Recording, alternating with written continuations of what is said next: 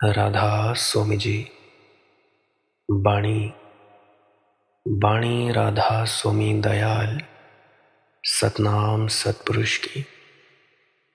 आज की सत्संग वीडियो का विषय एक प्रश्न के आधार पर है। रामानंद भाई ने प्रश्न पूछा है, भाई मन के विकारों को कैसे हटाया जाए। काम, क्रोध, लोभ, मोह, अहंकार आदि ये मन के विकार हैं, काफ़ी ज़्यादा मुझे तंग करते हैं। मैं अपने मन के शैतान से संघर्ष का सतत अभ्यास कर रहा हूँ, फिर भी सफलता मुझे क्यों नहीं मिल रही है।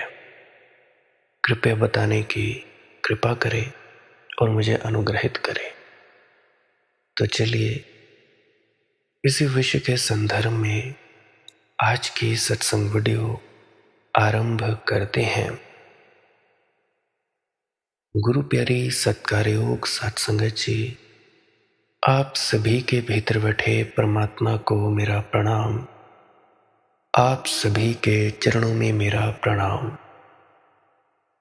विनती करना चाहूँगा, जो भी व्यक्ति इस वीडियो को सुनने जा रहा है, कृपया अंत तक सुनने की कृपालता ज़रूर करें जी। हो सकता है कोई ना कोई आपके प्रश्न का जवाब मिल जाए, जिससे कि आपका मन जो आपको तंग करता है भजन सिमरन के वक्त, वो आपको तंग ना करे, या आपको कोई ना कोई ऐसा उपाय मिल जाए जिससे कि आपके भजन में तरक्की जल्दी हो जाए। बाकी आपकी अपनी मौज है, आपकी अपनी श्रद्धा है।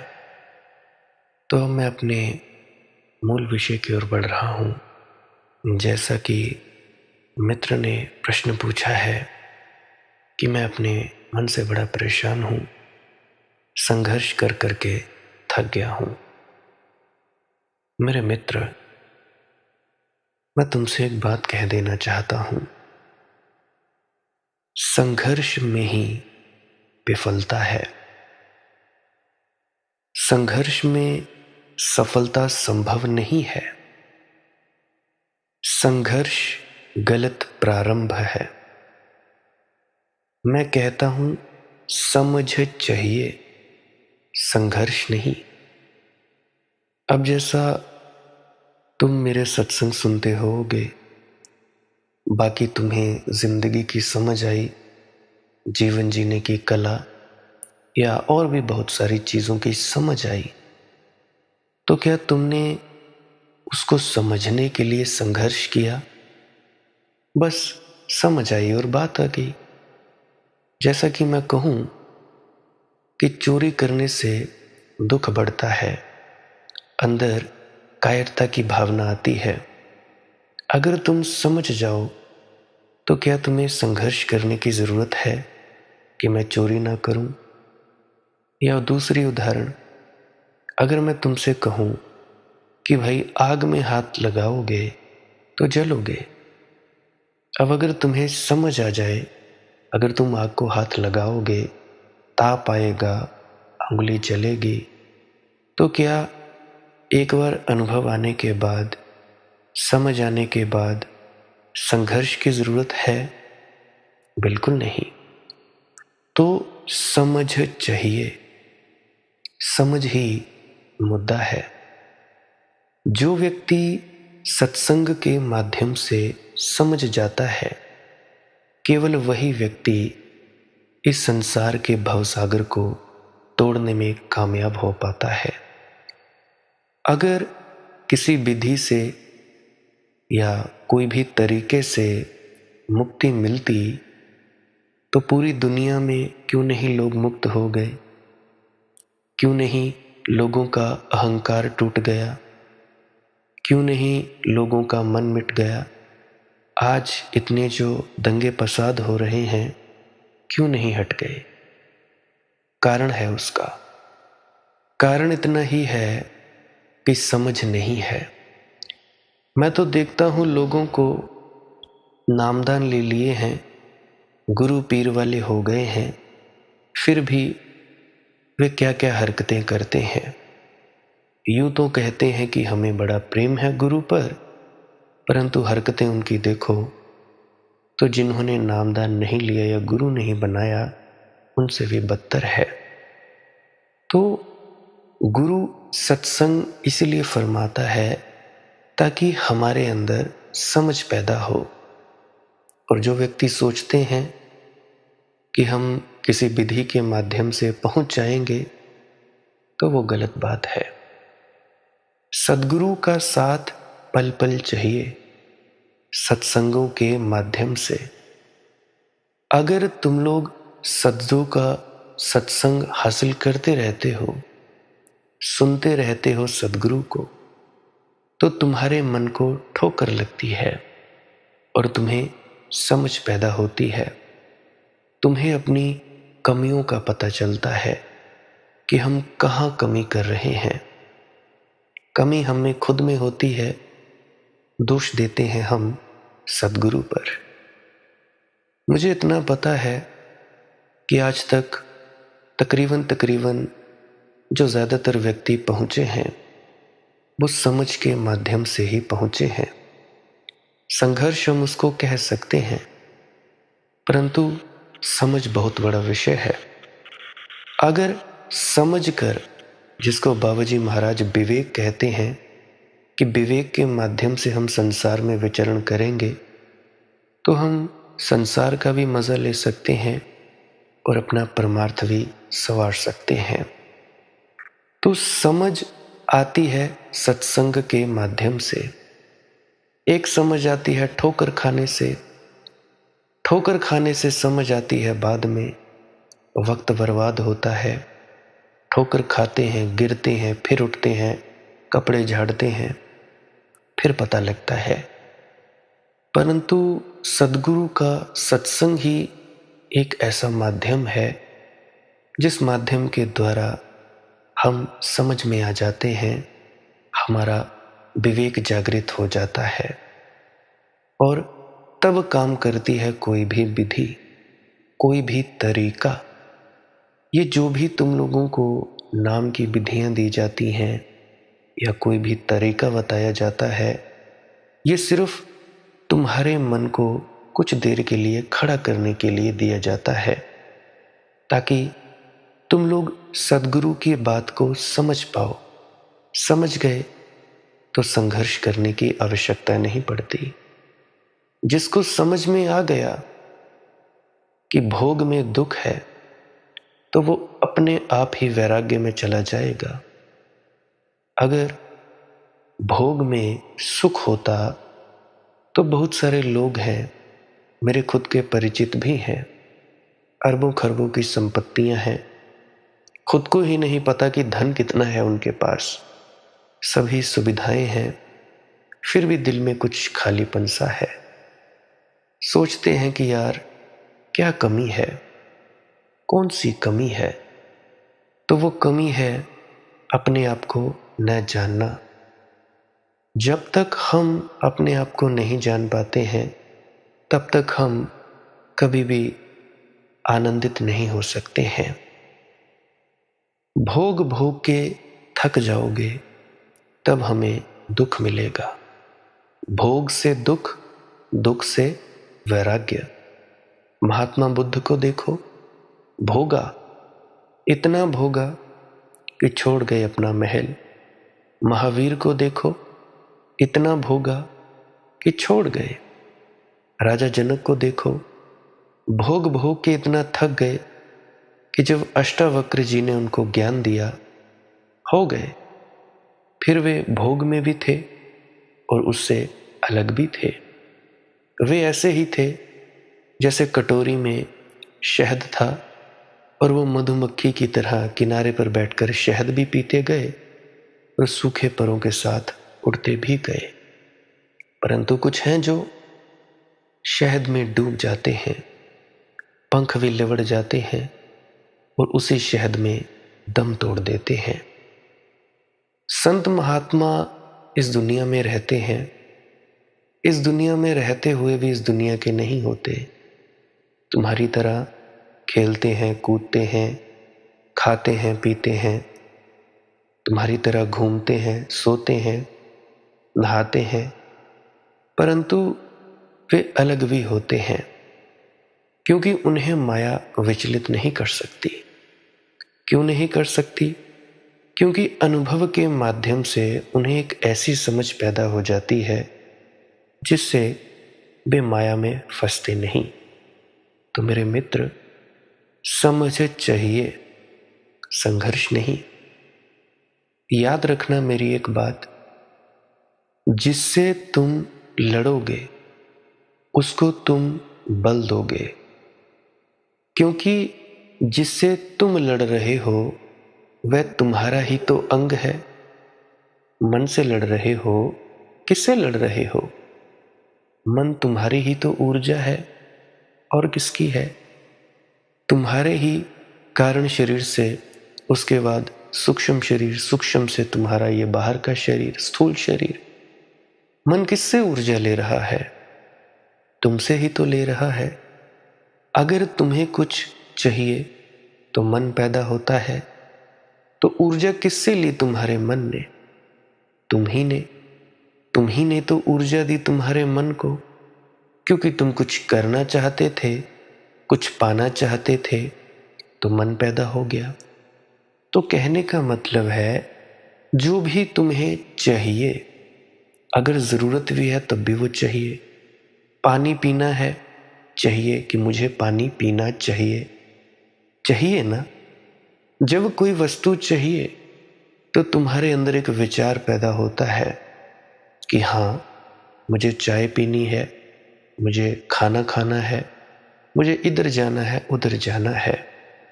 मन तो तुम्हारा सेवक है, नौकर है। भला इस नौकर से भी कोई लड़ाई करता है? इतना तुम्हारा शानदार नौकर है, परंतु तुम्हें कंट्रोल करना नहीं आता, इसको तुम्हारे काबू में नहीं है। मन इतना अच्छा साथी है कि उसके अलावा कोई दुनिया में इतना अच्छा साथी नहीं। मैं अनुभव से कह रहा हूं, यूं ही नहीं किसी की बोली बुलाई बात, सीखी सिखाई बात बोल रहा हूं। हमारा जो मन है, हमारा बहुत अच्छा मित्र है। अब तुम्हें कुछ चाहिए, मन विचार पैदा करेगा। ऊर्जा किससे ली? तुमसे ली। विचार पैदा किया, बुद्धि ने निर्णय किया, निर्णय किया, तुम्हारा हाथ उठा, बेड से उठे, मोबाइल फोन साइड में रखा, चले रसोई की तरफ, पानी पीना है जी। या तुम्हारे साइड में होगा पानी रखा हुआ गिलास, बेड पे या किनारे पे उठाकर पी लोगे। यानी अगर तुम लोगों को कुछ चाहिए तब तुम्हारा मन पैदा होता है। और अगर मैं कहूं कि तुम लोग ये करो, कुछ नहीं चाहिए, तो क्या तुम्हारा मन पैदा होगा? बिल्कुल नहीं पैदा होगा। अब तुम सब मुझे सुन रहे हो, बहुत से ऐसे लोग हैं जो अपने घर में बैठकर मुझे सुन रहे हैं, क्योंकि बहुत से बुजुर्ग भी हैं, बड़े माताएं, पिता, बड़े दादा दादियां हैं, वो मुझे घर बैठकर सुन रहे हैं। अब एक कमरे में चौकड़ी मारकर या लेटे हुए हो, अब तुम लोगों को कुछ चाहिए नहीं। जब कुछ चाहिए नहीं, अब मेरी ऑडियो को सुन रहे हो, ऑडियो सुन रहे हो, कुछ चाहिए नहीं, तो मन पैदा भी नहीं हो रहा। मन को समझो, मन को समझना बड़ा ही ज्यादा जरूरी है। चाहिए में मन पैदा होता है। अभी तुम लोग मुझे सुन रहे हो, तकरीबन जनता जो बेड पे लेटी हुई है या बैठी हुई है, वो कुछ नहीं चाहिए उसको, बस सुन रहे हैं तो सुन रहे हैं, आनंद आ रहा है। अब इससे तुम सूत्र ले लो, जब हमें कुछ नहीं चाहिए होता तब हमारा मन पैदा ही नहीं होता, और अगर मन पैदा नहीं होता तो धीरे धीरे तुम अपने अंतस में खिसकते चले जाओगे। अब देखो, तुम कर्म करोगे, क्यों कर रहे हो? कुछ चाहिए नहीं, कोई खास मकसद नहीं। घर में हो, लेटे हो, कुछ नहीं चाहिए। अब तुम बैठे हो बेड पर, अगर तुम्हें कुछ नहीं चाहिए तो तुम एक जगह बैठे रहोगे कि नहीं बैठे रहोगे? बिल्कुल बैठे रहोगे। अगर कुछ चाहिए तो उठोगे, तो दिमाग दौड़ाओगे। तो मैं बार बार इसीलिए कह रहा हूं ताकि तुम्हारी खोपड़ी में मेरी बात समझ आ जाए कि मैं कहना क्या चाहता हूं। और मेरी विनती है बार बार इस वीडियो को सुनना। ये वीडियो बहुत ही ज्यादा जरूरी है। पूरी दुनिया मन से परेशान है, केवल संतों को छोड़कर, केवल जो दसम द्वार में रहते हैं उन व्यक्तियों को छोड़कर। अब तुम लोग जितने भी मुझे सुन रहे हो, कुछ न कुछ चाहिए। मुझे गाड़ी चाहिए, बंगला चाहिए, पैसा चाहिए, मोबाइल फ़ोन चाहिए, इधर घूमना है, उधर घूमना है। चलो छोड़ो संसार की बात, ये तो चलो बात ठीक हुई कि संसारी, पर गुरु की तरफ चल गए। अब मुझे परमात्मा चाहिए, अब मुझे मोक्ष चाहिए, मुक्ति चाहिए, सचखंड चाहिए, बाबा जी का स्वरूप दिखना चाहिए, ये भी चाहिए आ गया। तो जब तक तुम लोगों को कुछ चाहिए तो आनंद कैसे आएगा भाई? तुम लोग जाप करते हो, क्या चाहिए तुम लोगों को? परमात्मा चाहिए। क्यों चाहिए भाई? अगर चाहिए तो जब तक चाहिए तो मन तो विचार उठाता रहेगा ना। मैं शर्त लगा के कह सकता हूं, आज नहीं तो कल तुम्हारा ही मन कोई ना कोई कल्पना करेगा और तुम्हारे सामने किसी न किसी का रूप प्रकट कर देगा। समझना इस बात को। कुछ चाहिए, परमात्मा चाहिए, चाहिए आ गया, मन पैदा होता रहेगा, होता रहेगा। मोक्ष चाहिए, मन झूठा मोक्ष पैदा कर देगा। सचखंड चाहिए, झूठा सचखंड पैदा कर देगा। तो मैं कहता हूं, ये जो चाहत है, मांग ही बंद कर दो। मैं सुन रहा था वीडियो बाबा जी महाराज की, बाबा गुरिंदर सिंह जी की। तो कोई प्रश्न पूछ रहा था उनसे कि आपके आसपास जो सेवादार रहते हैं या लोग रहते हैं, बड़े खुशनसीब हैं। तो वे खुद पूछ रहे थे कि क्या तुम्हें लगता है कि जो मेरे साथ रहते हैं या बड़े बड़े ओहदों पर काम करते हैं, क्या वो बड़े पहुंचे हुए हैं? फिर सामने वाला जो प्रश्न पूछने वाला, वो कह रहा था, पता नहीं बाबा जी, अब आप ही बताएं। वो कहते, शायद। वो कहते, जरूरी नहीं, दिए थले अंधेरा ही होता है भाई, दिए के तले अंधेरा ही होता है। फिर वो कहने लगा कि दर्शन, कहता हाँ। बाबा जी कहते कि हाँ, वो बात ठीक है कि दर्शनों के लिए, परंतु फिर भी ये नहीं हो सकता कि भाई कोई मांग के लिए तुम सेवा करो। अगर तुम्हारी मांग है तो फिर उस सेवा का क्या फायदा? अगर सेवा में हो तो कोई मांग नहीं होनी चाहिए। वही बात जो मैं अभी अपनी भाषा में कह रहा हूं। उन्होंने कहा कि अगर तुम सेवा कर रहे हो तो कोई मांग ना हो, न सचखंड की, न मोक्ष की। और उन्होंने तो यहां तक कह दिया कि भाई मेरी भी नहीं। जैसे ही सामने वाले प्रश्नकर्ता ने पूछा कि बाबा जी आपकी भी मांग नहीं करनी चाहिए, तो वो कहने लगे कि हाँ, मेरी भी नहीं। मांग तो मांग होती है, हमने मांग से ही तो परे जाना है। तो देखो, सदगुरु बात कितनी ऊंची कह जाते हैं, हमें समझ नहीं आते उनके मर्म। क्यों नहीं आते समझ? क्योंकि हम अपनी बुद्धि से सोचने की चेष्टा करते हैं। अगर कोई हमारे तल पर आकर हमें समझाए तो जरूर समझ में आता है। तो मैं बात कर रहा था, आपका मन पैदा होता है क्योंकि कुछ चाहिए। अगर आपको कुछ नहीं चाहिए तो कैसे मन पैदा होगा? तुम लोग रोज मुझे कहते हो, मन विचार उठाता है, भजन सिमरन में नहीं है बैठने देता, ये नहीं होता, वो नहीं होता। तो क्यों नहीं होता? ये है कारण, क्योंकि आप लोगों को कुछ चाहिए। भजन सिमरन के एवज में आपको कुछ चाहिए, सेवा करने के एवज में आपको कुछ चाहिए। ब्यास जाते हो, डेरे में जाते हो, आगरा जाते हो, होशियारपुर जाते हो, किसी से कुछ चाहिए। तुम लोग दूसरे से बात भी करते हो क्योंकि किसी से कुछ चाहिए। अब फर्ज करो कुछ नहीं चाहिए, डेरे में जा रहे हो, बैठे हो, कोई पूछे क्यों आए हो, बस पता नहीं क्यों आए हैं, क्योंकि मुझे कुछ चाहिए नहीं।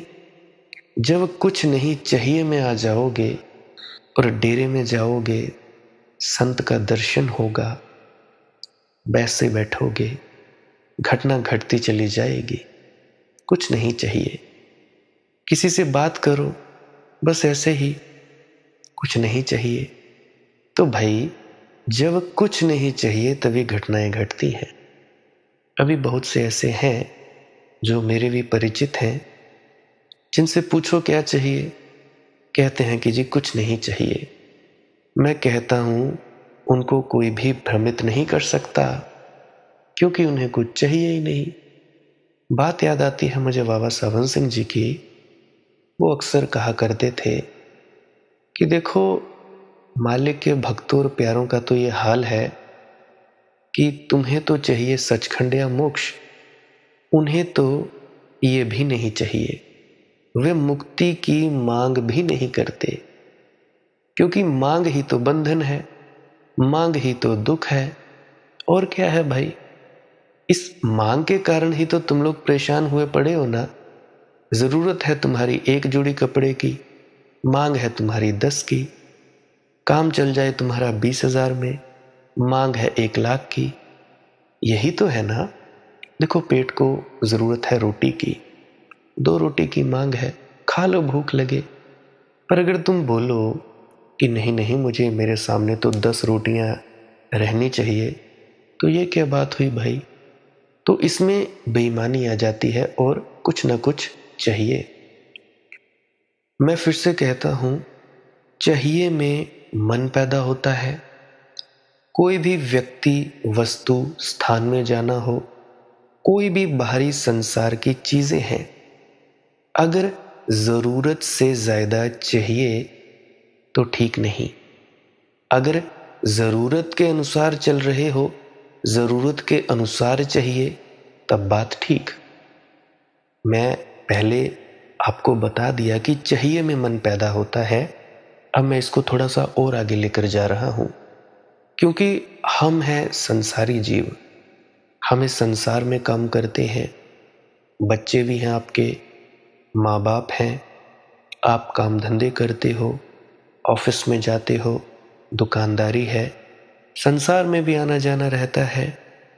तो करें क्या, क्योंकि मैंने तो कह दिया कि कुछ नहीं चाहिए तो मन पैदा नहीं होगा, परंतु मन का फायदा भी तो लेना है। इतनी बड़ी ताकत हमें मालिक ने बख्शी है, तो क्या हम उसका फायदा नहीं ले सकते? अवश्य लेना चाहिए उसका फायदा। तो फायदा कैसे लेना है, ये जरा समझो। अब देखो, आप लोग, पहले तो मैंने हटा दिया कि कुछ नहीं चाहिए। अब आप लोग आ जाओ चाहिए में। जैसे मैंने अभी बताया कि आप लोगों को परिवार पालने के लिए कुछ चंद रुपयों की जरूरत पड़ती है। किसी को 10,000 की, किसी को 20,000 की, किसी को 30 की, किसी को 40 की, और किसी को लाख रुपए की जरूरत पड़ती है। तो अगर वो व्यक्ति और उसके पूरे परिवार के जीव सिर्फ जरूरत के हिसाब से जिएंगे, तो उनमें अपने आप ही मन पैदा होगा भी और मिटना भी चालू हो जाएगा। मन उनका काबू में आना चालू हो जाएगा, समझ के द्वारा। अब मैं आप लोगों को इस सत्संग के माध्यम से समझ दे रहा हूं। क्या समझ दे रहा हूं? अगर 10-20 हजार रुपए से तुम्हारे घर का काम चल सकता है, तो लाख रुपए की मांग क्यों करनी भाई? सोचो, क्या जरूरत है उसकी मांग करने की? अगर एक एक्टिवा, स्कूटी या एक बाइक में काम चल सकता है, तो मांग गाड़ी की क्यों करनी भाई? जरूरत तुम्हारी है एक मोटरसाइकिल की, मांग तुम कर रहे हो गाड़ी की, तो इससे नुकसान क्या होगा? मन को, तुम्हारे को ज्यादा ऊर्जा खींचनी पड़ेगी तुम्हारे से। ज्यादा ऊर्जा खींचनी पड़ेगी तो तुम थक जाओगे, और जैसे ही ध्यान के लिए बैठोगे सो जाओगे। तो करना क्या है, आप लोग के पास है बाइक, मोटरसाइकिल पड़ी है, तो पहले ये देखो क्या मुझे कार की ज़रूरत है। अगर तो है फिर काम ना करो, क्योंकि ज़रूरत है उस चीज़ की। अगर उसकी ज़रूरत नहीं है तो वहीं पे अपने मन को स्टॉप कर दो कि भाई जब मुझे कार की ज़रूरत ही नहीं है, जब मुझे चाहिए ही नहीं, तो मैंने क्या करनी है इसकी, क्या करूँगा। तो इससे क्या होगा, आपके पास जो मोटरसाइकिल होगी या एक्टिवा होगी या स्कूटी होगी, आप उससे खुश हो जाओगे। अब उससे खुश हो जाओगे, संतुष्टि आती जाएगी। संतुष्टि आती जाएगी तो धीरे धीरे जैसे जैसे आपकी ज़रूरत बढ़ेगी वैसे वैसे आप काम करते जाओगे। फार्मूला वही, कुछ नहीं चाहिए, ज़रूरत के हिसाब से जियो। अगर ज़रूरत के हिसाब से तुम लोग जीते चले जाओगे, मैं कहता हूँ 50,000 तुम कमाते हो वो भी नहीं खत्म होने वाला। अनुभव से बात कह रहा हूँ, पूरे व्यक्तिगत अनुभव से कह रहा हूँ। आज मेरी 27 साल की ज़िंदगी है। 27 साल की ज़िंदगी में बचपन से ही हमारे माता पिता इतने सक्षम नहीं थे कि हमें पॉकेट मनी दे पाए, पर इतने सक्षम थे कि हमें एजुकेशन दे पाए, शिक्षित कर पाए। तो तब से ये चीज़ मैंने समझी कि हमें उतना ही दिया जाता था जितने की हमें ज़रूरत थी। हमें स्कूल की वर्दी की ज़रूरत पड़ती थी, खाने की ज़रूरत पड़ती थी, तो लेके जाते थे। मैं देखता था बाकी बच्चे, कोई 5 रुपए लेकर आ रहा था, कोई 10 रुपए, तो मुझे कभी कभार मिलते थे 4-5 दिनों में या महीने में एक आध बार 1 या 2 रुपए। तो तब से मैं ये समझता आ रहा हूँ कि भाई मैं तो पहले से ही ज़रूरत में जी रहा हूँ। ज़रूरत से ज़्यादा को कामना नहीं। जिस चीज़ की ज़रूरत ही नहीं है वो करनी भी क्या है। अब मान लो आपको ज़रूरत है मोटरसाइकिल की, कार भी तुमने खरीद ली, अब कार का इस्तेमाल करते नहीं, तो ऐसे ही फालतू में उसको रखे रखो, घर में जगह घेरे रखो। अगर कार की ज़रूरत पड़ गई, 2-3 लाख में बढ़िया कार चल जाती है, मतलब कि ऐसे समझ लो कि बढ़िया हो ही जाती है। पर अगर तुम मांग करोगे 20 लाख की कार की, मर्सिडीज BMW की, तो उससे आपका काम तो नहीं चलेगा। फालतू की चिंता अलग से, EMI भरने की चिंता अलग से, घर वालों से झगड़े अलग से, क्या होगा उससे, तुम्हारी ही शांति भंग हो जाएगी। अगर ज़रूरत में काम चल जाए तो क्यों अपनी ज़रूरतें बढ़ानी भाई। अगर एक कमरे में सोते हो तो 100 कमरे बनवाने की क्या ज़रूरत है भाई। अभी अभी मैं पिछले साल यहाँ पे आया, शायद पिछले से पिछले साल, हाँ 1-1.5 साल तो हो ही गया मुझे यहाँ पे रहते हुए। तो मैं देख रहा था यहाँ पे सामने पड़ोस में तीसरी मंजिल उठा रहे थे एक व्यक्ति, तीसरी मंजिल मकान। तो मेरे फूफड़ जी आए, कहने लगे ये क्या कर रहे हैं। मैंने बोला शायद मकान बना रहे हैं।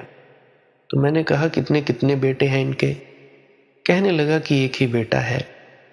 तो मैंने कहा फिर तो इनके लिए 2 मंजिल भी काफ़ी था, तीसरी मंजिल बनाने की क्या ज़रूरत थी भाई। अगर इनका बेटा काम करता है, इनकी दुकान है, बढ़िया काम करते हैं, अब बाप किसको देके जाएगा, बेटे को देके जाएगा। फिर मेरे फुफड़ जी कहने लगे बेटा तुम्हें नहीं पता, ज़रूरत पड़ जाती है। फिर मैंने उनसे सवाल पूछा, ये सोएगा कितने कमरों में, इकलौता बेटा है, कितने कमरों में सोएगा। मान लिया ऊपर वाला कमरा किराए पे चढ़ा दिया, किराया आ रहा है, ज़रूरत है, तो ये और ऊपर इतना लालच क्यों।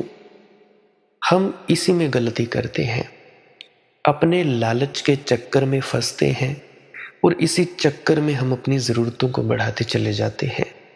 ज़रूरत होती है थोड़ी, क्योंकि पेट कितनी रोटी खाएगा, बड़ी हद 2, बड़ी हद 10, 100 तो नहीं खा सकते। चाहे कितनी भी भूख लगी हो, 10 रोटियों से ज़्यादा नहीं खा सकते। आम व्यक्ति की बात कह रहा हूँ। पहलवानों की बात नहीं कह रहा हूं, वो तो बकरियां क्या क्या कुछ खा जाते हैं, उनका तो कहना ही क्या। एक आम व्यक्ति की बात कह रहा हूं, 10 रोटी से ज्यादा नहीं खा सकते। तो जरूरत है इतनी, हम अपनी इच्छाओं को बढ़ाते चले जाते हैं। अक्सर मैं यही कहता हूं। तो कुछ नहीं चाहिए में अगर आ जाओगे तो जरूरत में जीना शुरू कर दोगे। ये मैं बात आपको कहना चाहता हूं। कर्म करना है, परंतु कुछ नहीं चाहिए में रहना है। पूछा करो अपने आप से सवाल, क्या इसकी जरूरत है?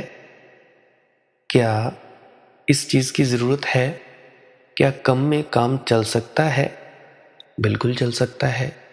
अगर तुम्हारी तनख्वाह 40,000 है, क्या 20,000 खर्चे में काम चल सकता है? अगर चल सकता है तो चलाओ, बाकी 20,000 में किसी की मदद कर दो भाई। क्या करोगे? ये पड़े के पड़े रह जाएंगे। बाप अपना पैसा बच्चे को देकर जाता है, बच्चा अपने बच्चे को भोगेगा कब? नहीं भोग पाते। इससे अच्छा किसी की मदद ही कर दो। किसी दूसरे व्यक्ति की मदद करना कोई गुनाह तो नहीं। सेवा कर दो, यही सोच लो कि यही हमारे गुरु की सेवा है। जरूरी थोड़ा ना है कि तुम लोग जाकर किसी डेरे में, गुरुद्वारे में, सत्संग घर में, मंदिर मस्जिद वहां पे ही जाकर सेवा करो। वहां पे भी जाओ, सेवा करो, परंतु इंसान होकर इंसान को तुम नहीं इंसान समझ पा रहे तो क्या फायदा? कोई फायदा नहीं। नफरत पालते हो इंसान से। इंसान के अंदर ही भगवान का रूप है।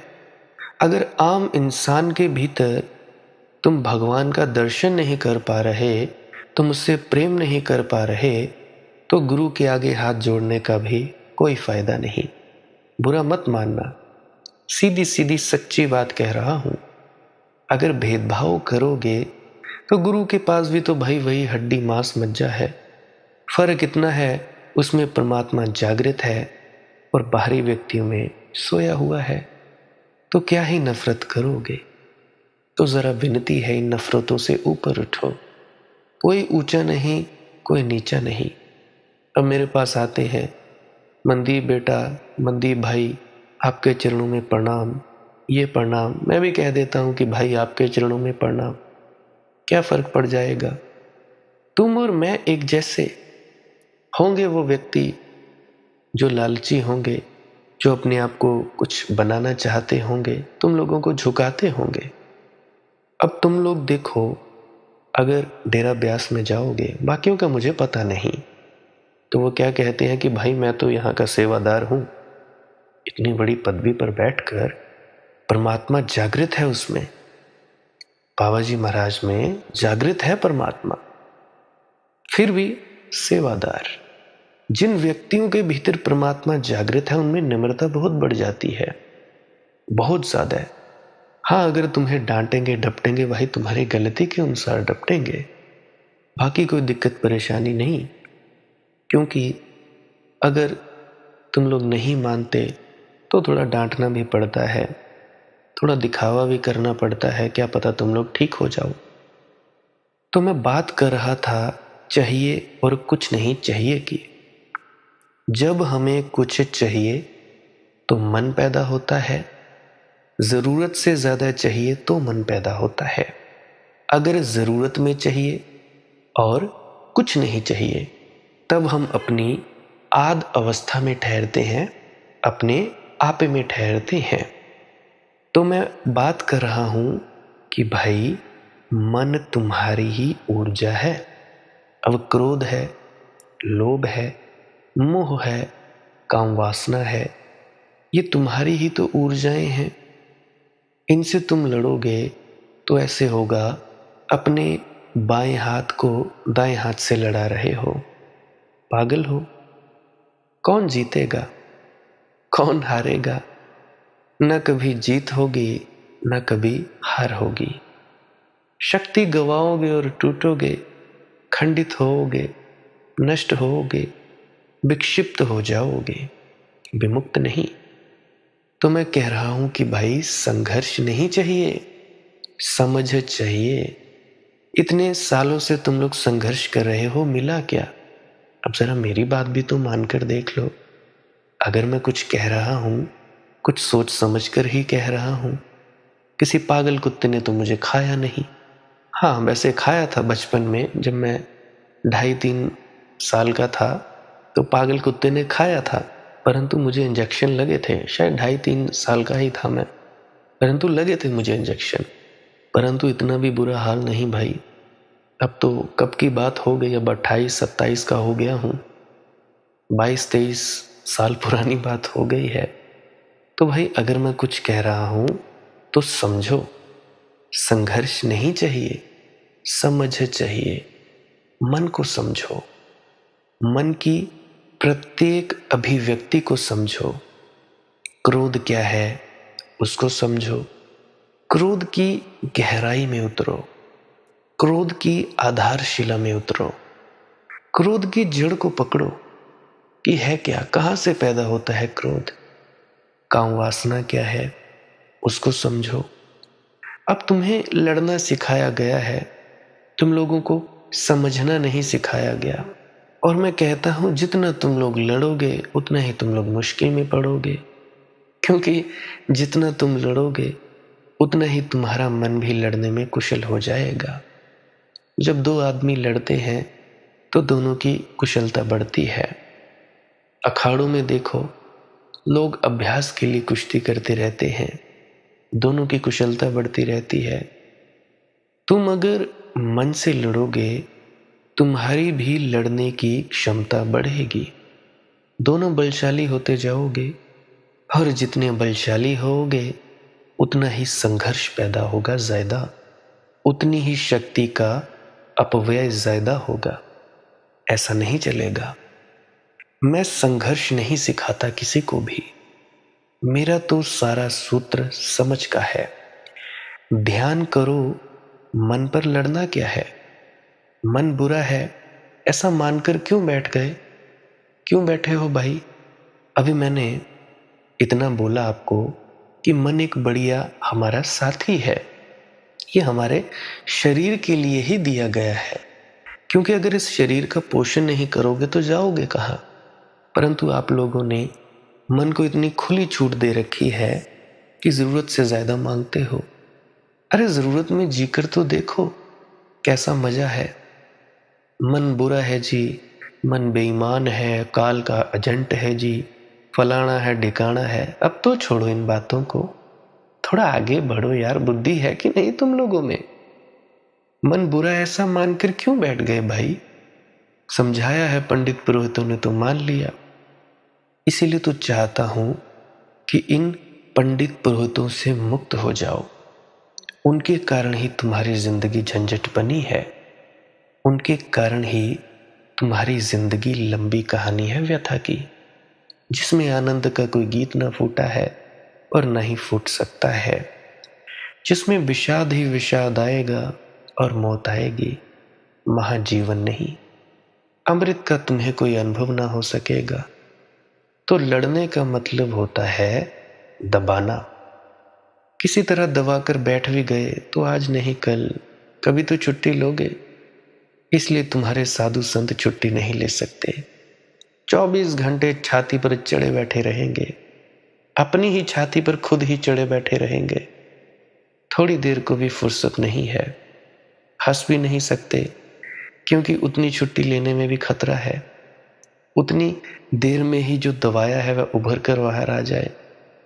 अब कई मित्र मुझसे पूछते हैं कि सत्संग में तुम क्या हो, सामने तुम क्या हो, और तुम व्हाट्सएप पे स्टेटस डालते हो ऐसे ऐसे। अरे भाई, हंसने में क्या कोई मनाही है, क्या कोई दिक्कत परेशानी है। हंसना तो बढ़िया होता है, जितना ज्यादा हंसोगे उतना ही ज्यादा तुम्हारी और ज्यादा तरक्की होगी। वो रामदेव जी बाबा का एक वो बताते थे योग हंसने वाला, कि जबरदस्ती हंसो, हा हा हा हा करो।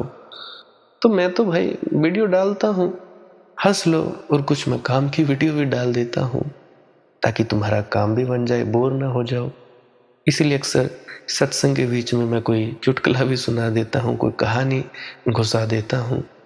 कहानी का वैसे कोई मतलब नहीं है, ना चुटकुले का मतलब है, बस तुम लोग बोर ना हो जाओ, ठहरे रहो। तुम्हारे साधु संत आंख नीचे झुकाकर चलते हैं, कोई सुंदर स्त्री रास्ते पर दिखाई ना पड़ जाए। अब सोचो, ये मुक्ति हुई या बंधन हुआ? अगर सुंदर स्त्री के दिखाई पड़ने में इतनी घबराहट है, तो ये कौन सी जीत है भाई? इस जीत की कीमत क्या है? 2 कौड़ी भी मूल्य नहीं। अगर ऐसे आंख चुरा चुरा कर चले तो सबूत दे रहे हो तुम कि तुम्हारे भीतर सब रोग मौजूद हैं। हाँ, पर्दे की ओट कर दिए हैं और रोग पर्दे की ओट में बलशाली हो जाते हैं। ख्याल रखना, क्योंकि वे भी अभ्यास कर रहे हैं, वे भी दंड बैठक लगा रहे हैं, तैयारी कर रहे हैं कि अब की बार हमला हो तो तुम्हें चारों खाने चित कर देना है। मुझे कहानी याद आती है। एक बार एक शिकारी, जो कि नया नया शिकारी हुआ था, शिकार के लिए जंगल गया। बड़ी पुरानी कहानी है। जैसे कि शिकार में होता है, वृक्ष पर मचान बंधवाया गया। कुछ समय पश्चात शेर आया। शिकारी ने शेर को देखा और शेर ने शिकारी को। शिकारी नया था, शेर भी नया था, इसलिए स्वभावतः शिकारी का निशाना चूक गया और गोली शेर के ऊपर से निकल गई। इधर शेर ने भी शिकारी की तरफ छलांग मारी, मगर वह भी मचान से करीब 4-6 इंच नीचे रह गया। शिकारी ने उसकी गर्म सांसें और लाल लाल आंखें अपने बहुत निकट महसूस की। छलांग में असफल हो जाने पर शेर भाग गया। शिकारी अपनी असफलता पर बड़े दुखी था, अतः वह दूसरे दिन निशानेबाजी की प्रैक्टिस के लिए जंगल पहुंचा। वह जिस जगह प्रैक्टिस कर रहा था, उसने देखा पास की झाड़ियों में बार बार किसी चीज के गिरने की आवाज आ रही है। उसने सोचा, आखिर बात क्या है, देखना चाहिए। तो देखा तो आश्चर्य का ठिकाना न रहा। कल वाला शेर झाड़ियों से ऊंची कूद की प्रैक्टिस कर रहा था कि भाई बचे कैसे। तुम अभ्यास करोगे मन से लड़ने का, मन भी अभ्यास करेगा तुमसे लड़ने का। जीत कभी होगी नहीं। संघर्ष से कभी कोई सफलता हाथ नहीं लगती। संघर्ष ही तुम्हारी असफलता का आधार है। समझ को पकड़ो, बोध को पकड़ो, ज्ञान का ध्यान का दिया जलाओ। मन के साथ पहले से ही पक्षपात मत कर लो कि बुरा है। अब मैं कहानी एक और बताता हूं महात्मा बुद्ध की। ये जो तुम्हारे लोग देखते हैं कि ये स्त्री है, ये पुरुष है, ये शराबी है, ये गैर शराबी है, महात्मा बुद्ध एक बार रात को जंगल में बैठे हुए थे। पूर्णिमा की रात थी। व्यक्ति दिख ही जाते हैं। अब पूरा चांद था, शुभ्र सफेद, तो चांदनी थी। तो ऐसा महसूस हुआ कि कोई पास में से गुजरा। ये नहीं पता कि कौन थी, क्या था, ये नहीं पता। तो थोड़ी देर के बाद शिकारी आए। तो वे पूछने लगे कि महात्मा, आप यहाँ बैठे थे, तो क्या आपने यहाँ से किसी नग्न स्त्री को भागते हुए देखा? महात्मा बुद्ध कहने लगे, नग्न स्त्री? भाई गया तो जरूर है, पर मुझे पता नहीं कि वो स्त्री थी या पुरुष था, और मुझे ये भी पता नहीं कि उसने कपड़े पहने भी थे या नहीं भी पहने थे। मुझे इतना पता नहीं। तो ये है अवस्था उच्च कोटि के संतों महात्माओं की। पक्षपात नहीं करते। ध्यान का दिया जल गया तो मन के साथ पहले से ही पक्षपात मत करो कि बुरा है। परमात्मा ने जो भी दिया है शुभ ही है, हमें उसका उपयोग करना आना चाहिए।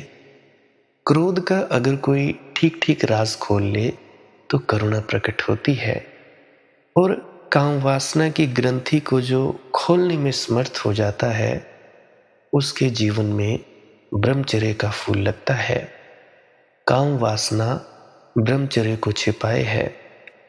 काम वासना बीज है, ब्रह्मचर्य उस बीज से निकला हुआ वो पौधा, पौधे से वृक्ष, वृक्ष से फूल है।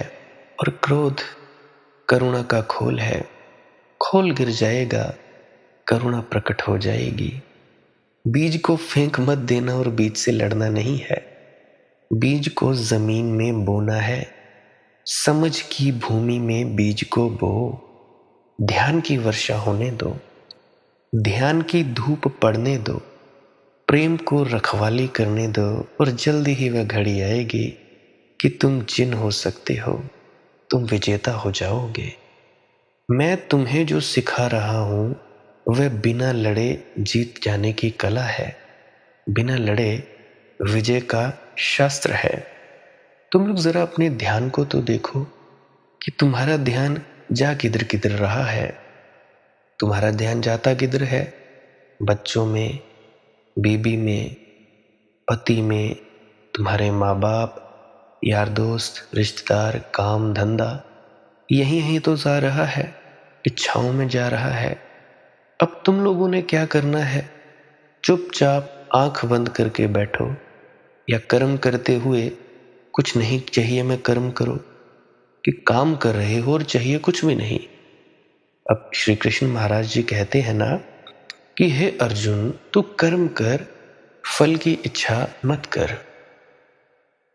कर्मण्य बाधिकारस्ते मा फलेषु कदाचन। कि हे अर्जुन, तू सिर्फ कर्म कर, फल की इच्छा मत कर। अगर इस प्रकार से अकर्ता भाव में आ जाओगे, कर्ता से अकर्ता में आ जाओगे, ये बहुत ही ज्यादा तेज मार्ग है अपने स्व तक पहुंचने का। मैं व्यक्तिगत अनुभव से कह रहा हूं, बार बार ये इसीलिए बोल रहा हूं क्योंकि मैंने ये अनुभव किया है, इसीलिए बार बार बोल रहा हूं। तो भाई, कर्म करो परंतु इच्छा मत करो, और कर्म वो करो जिससे तुम्हारी आत्मा का उत्थान हो पाए, तुम्हारा पतन ना हो। अगर तुम कर्म करोगे खोटे, जिससे तुम्हारी आत्मा का स्तर नीचे गिरता है, क्या होगा? अब तुम लोग चोरी चकारी करोगे, किसी की हत्या कर दोगे, बलात्कार कर दोगे, कहाँ जाओगे? जेल खाने में जाओगे, भुगतोगे। अगर तुम अच्छा कर्म करोगे, किसी की सहायता करोगे, तो तुम्हारी सहायता भी कोई करेगा। तो ऐसा ही है ना। अगर अच्छा कर्म करोगे अच्छा फल मिलेगा, बुरा कर्म करोगे बुरा फल मिलेगा। तो बेहतर ये नहीं कि अच्छे और बुरे में से जो चुनना है वो अच्छा ही चुन लिया जाए। अब देखो, गंदी नाली का पानी है और एक शुद्ध पानी है, तो गंदी नाली का पानी क्यों पीना भाई? शरीर के लिए ठीक नहीं है तो वो भी पानी, तो अच्छा पानी क्यों ना पिया जाए? तो अच्छे में उतरो ताकि अच्छे में उतरकर आप अपने भीतर उतर पाओ, आप अपने आप को ज्यादा ढंग से समझ पाओ। अब आप लोग सोचोगे कि ये तो भेद हो गया। अब देखो, अगर गंदी नाली के पानी को जांचना हो तो पहले तो उस पानी को साफ करना होगा, क्योंकि उसमें पानी ही नहीं है, फॉरेन मटेरियल भी है। मिट्टी होगी, कचरा होगा, और भी न जाने क्या क्या उसमें मिक्सअप होगा, घुला हुआ होगा। परंतु जो शुद्ध पानी है, साफ पानी है, उसको जानने के लिए, समझने के लिए थोड़ा कम देरी लगेगी। तो उसी प्रकार से आप लोग अगर अपने कर्म में ठीक हो जाएं, कर्म में ईमानदार हो जाएं, तो आप लोग भी जल्दी से जल्दी अपने भीतर उतरने में कामयाब हो सकते हो। अब हम लोग हैं, अब बहुत से लोग हैं जो परेशान होते हैं कि मन नहीं ठहरता जी, मन नहीं ठहरता। तो ठहराने का सूत्र आपको दे दिया। कुछ नहीं चाहिए में ध्यान। चौकड़ी मारकर बैठो, लेट जाओ, या ऐसे ही बैठो, चौकड़ी नहीं मारनी तो मत मारो, सोफे पे बैठ जाओ या कहीं पे भी बैठ जाओ जहां तुम्हारी मौज। बस आंख बंद करनी है तो करो, खुली रखनी है तो खुली रखो, बस कुछ चाहिए ही नहीं। मन कोई ख्याल उठाए, अरे भाई चुप हो जा, अभी कुछ नहीं चाहिए, जब चाहिए होगा तो तुझे बताएंगे।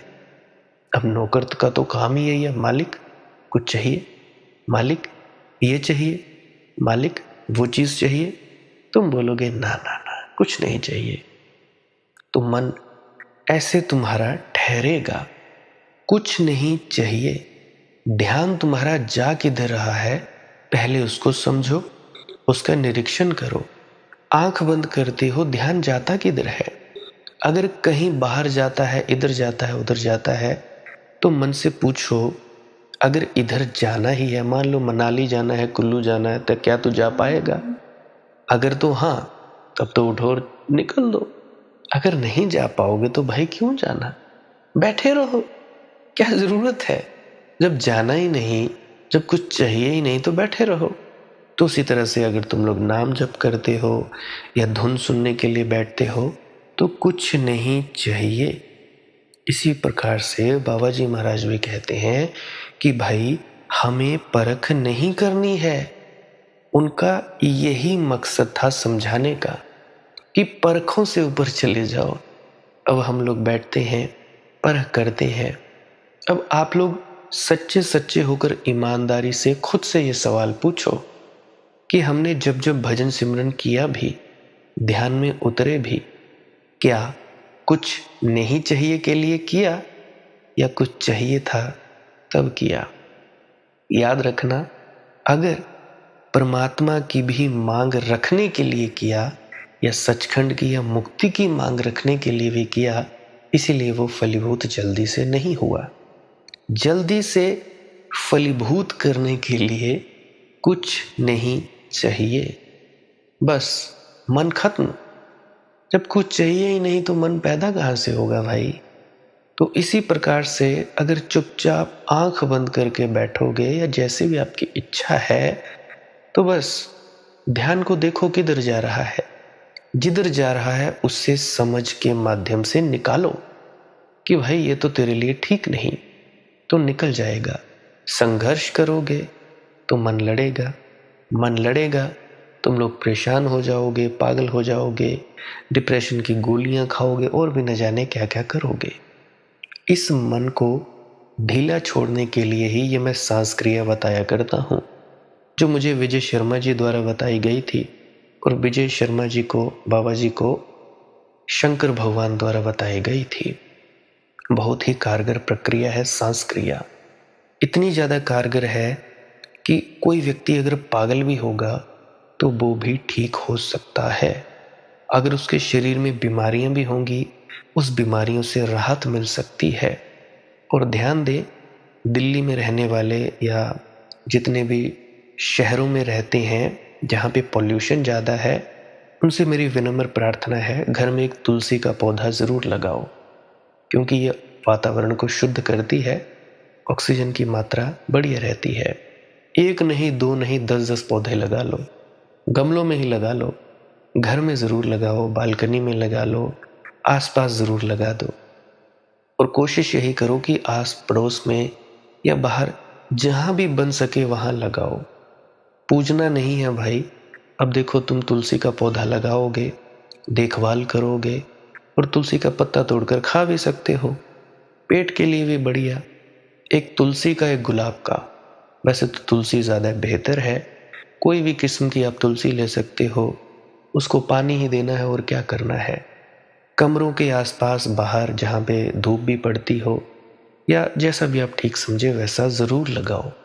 आपका वातावरण शुद्ध होगा, क्योंकि दिल्ली में तो वैसे भी वातावरण शुद्धता नहीं है, बहुत ही ज़्यादा प्रदूषण है, तो बहुत ही ज़्यादा लोगों को परेशानी होती है। एयर प्यूरिफायर लगाए हैं। और भी किसी रिसर्च कर लें, गूगल पर रिसर्च करें कि घर के वातावरण को, अंदर के माहौल को प्यूरिफाई करने के लिए, ऑक्सीजन की मात्रा बढ़ाने के लिए कौन से पौधे लगाएं। तो घर पे पौधे ज़रूर लगाएं। एक फ़ायदा होगा कि आपका वातावरण शुद्ध होगा, ऑक्सीजन की जो मात्रा है वो बढ़ेगी। रिसर्च कर लेना, पूछ लेना, या किसी पौधे वाले से ही पूछ लेना कि भाई घर के अंदर कौन कौन से पौधे रखें जिससे कि हमें ऑक्सीजन की मात्रा मिलती रहे। कुछ पौधे इंडोर होते हैं जो घर के अंदर रखे जाते हैं, कुछ पौधे बाहर के होते हैं जो सूरज की रोशनी लेते हैं। तो आप लोग जाना तो पौधे खरीद कर लाना और घर में रखना। तुलसी का पौधा तो हर कोई व्यक्ति रखे और उगाए, इससे आपको बेहतर बढ़िया ऑक्सीजन मिलेगी।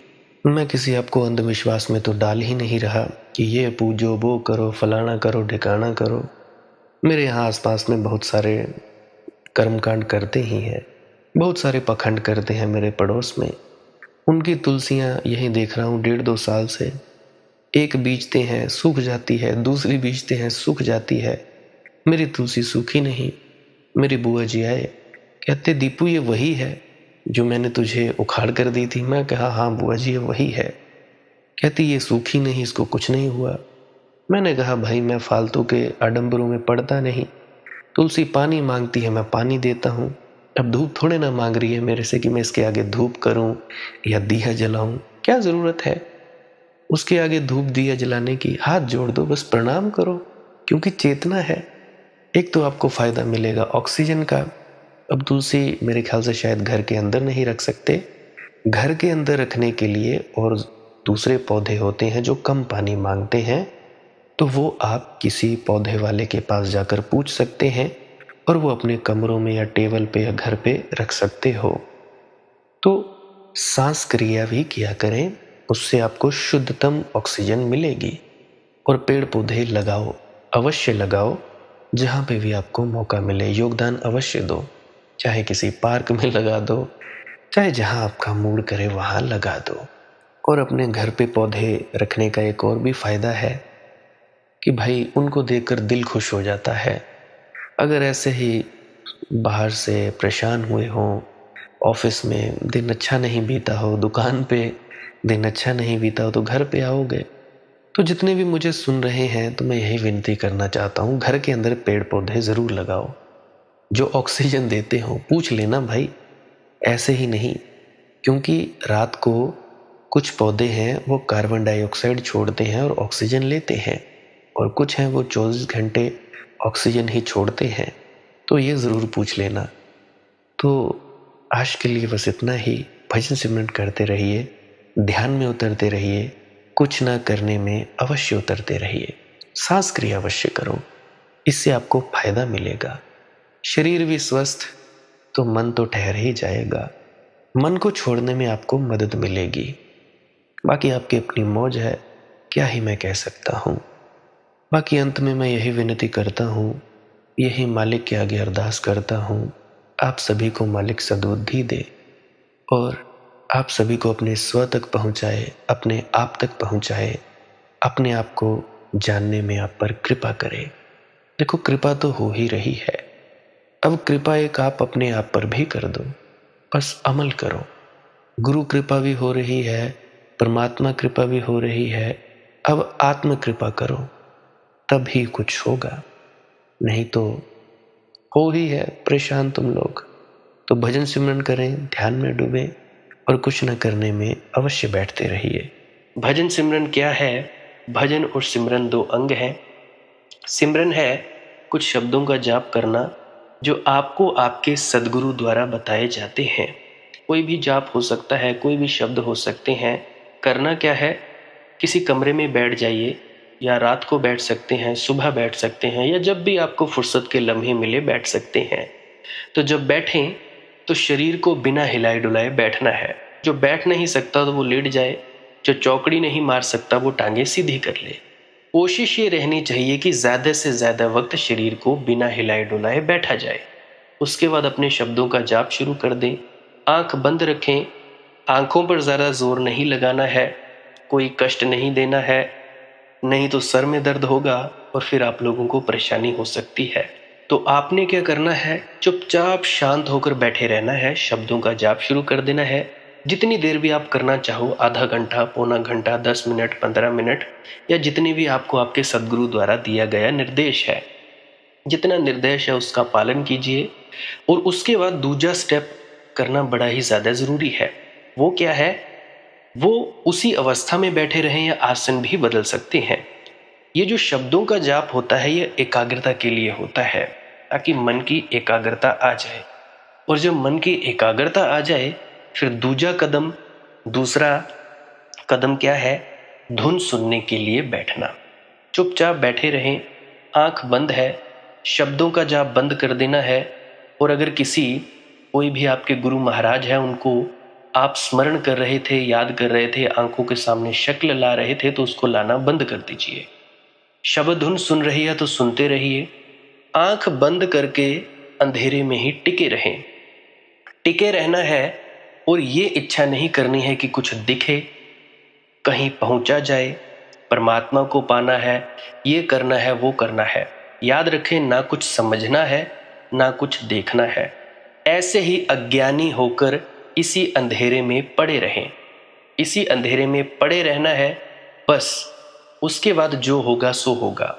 और अगर कोई अनुभव हो भी गया तो इससे ये नहीं कि अगली बार फिर से कामना करनी है कि ये वैसे ही हो। कामना ही सबसे बड़ी अड़चन है, इच्छा ही सबसे बड़ी अड़चन है, किसी चीज की तृष्णा करना ही सबसे बड़ी अड़चन है, मांग ही वासना है। अगर परमात्मा चाहिए तो कुछ नहीं मांगना है, चुपचाप बस बैठो, अपने आराम में बैठो, अपने विश्राम में बैठो। धीरे धीरे धीरे वो होगा जो होना चाहिए। अगर मैं ज़्यादा बोलूँगा तो आप लोग फिर से उसकी कल्पना कर लोगे कि जी ऐसा होता है, खंड ब्रह्मांड ऐसे होते हैं, चांद तारे दिखेंगे, फलाना ढिकाना। तो मैं ऐसा नहीं कहूँगा। मैं बस इतना कहूँगा, जो कुछ दिखता है, कुछ भी दिख जाए, वो मन है, वो माया है। जो नहीं दिखता वही आत्मा है, वही आत्मा में होना है। अब जैसा कि तुम लोग इसी अंधेरे में टिके रहोगे, टिके रहोगे, टिके रहोगे, तो कुछ दिनों के बाद या महीनों के बाद एक प्रकाश आएगा। वो प्रकाश पूरे शरीर में फैलता जाएगा और धीरे धीरे तुम इस प्रकाश के सहारे अपने आप में स्थित होगे। अब देखो, इस प्रकाश को देखने वाले भी तुम हो और इस शब्द धुन को सुनने वाले भी तुम हो। अब जो ये शब्द धुन को सुनता है और प्रकाश को देखता है, ये तुम हो। तो अपने आप में स्थित होना है, अपने आप को जानना ही सच्चा आत्मज्ञान है। खुद को जानना, खुद को जान लिया, मालिक को फिर जान जाओगे।